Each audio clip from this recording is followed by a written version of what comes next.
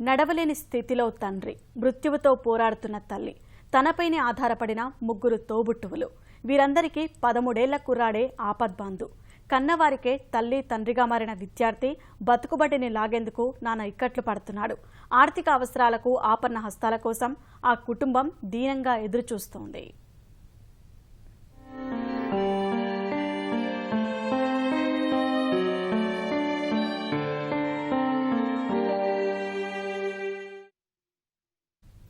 విశాఖ జిల్లా భీమునిపట్నం మండలం అమనాంలో అంకులు గురమ్మ దంపతులకు 4 సంతానం. రెక్కాడితే కానీ డొక్కాడని కుటుంబం కోసం భార్యాభర్తలు ఇద్దరూ కూలీ నాలి పనులు చేసేవారు. ఇక్కడి వరకు జీవితం సాఫీగానే సాగిన విధి వారిని వక్రీకరించింది. సాఫీగా సాగుతున్న జీవితాల్లో పెను ప్రమాదం సంభవించింది.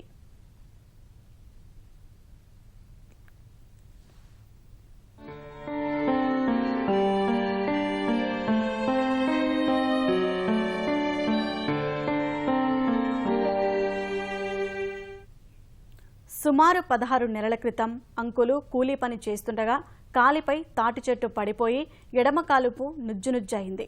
వైద్యం కోసం కూలీ డబ్బులతో కొనుక్కున్న మేకలను అమ్మి చాలా చోట్లకు తిరిగాడు. అందిన కాడికి అప్పులు చేసి మరీ ప్రైవేటు ఆసుపత్రులను ఆశ్రయించాడు. చివరకు విజయవంతంగా శస్త్రచికిత్స చేయించుకున్న కాళ్లకు ఇనుప ఉచ్చులు ఉండటం వల్ల మంచానికే పరిమితమయ్యాడు. ఈ పరిస్థితిలో ఇంటికి దిక్కుగా మారాల్సిన అంకులు భార్య అనారోగ్యం బారిన పడింది. ఆమె ఇంటికే పరిమితమైంది. తల్లిదండ్రులతో పాటు పేగు పంచుకు పుట్టిన వారి కోసం ఆ కుర్రాడు నానా బాధలు పడుతున్నాడు. అంతలోకి 2 సంవత్సరాలు అయిపోయిందండి. చెట్టు పెట్టిపోయిందండి.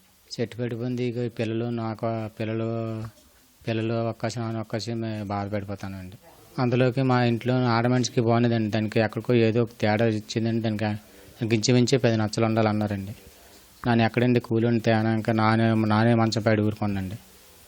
అంతా నా పెద్ద కొడుకు 10 చదివాడండి. 10 చదివితే అన్నీ చదువు మానిపించానండి. నాకు రోజు ఉంటుంది కదండి. మనీగా అప్పులని ఎంతకండి అప్పులు చేసుకొని తింటామండి. అప్పు అయినా ఎక్కడ పలకనేదండి. పిల్లలు లాంచ్ చూసిన దానికి పిల్లలు ఆలే నన్ను చూస్తారండి. మేకల కాడికి వెళ్ళి బయటికి తీసుకెళ్ళడం చేసి బాధపడతారండి.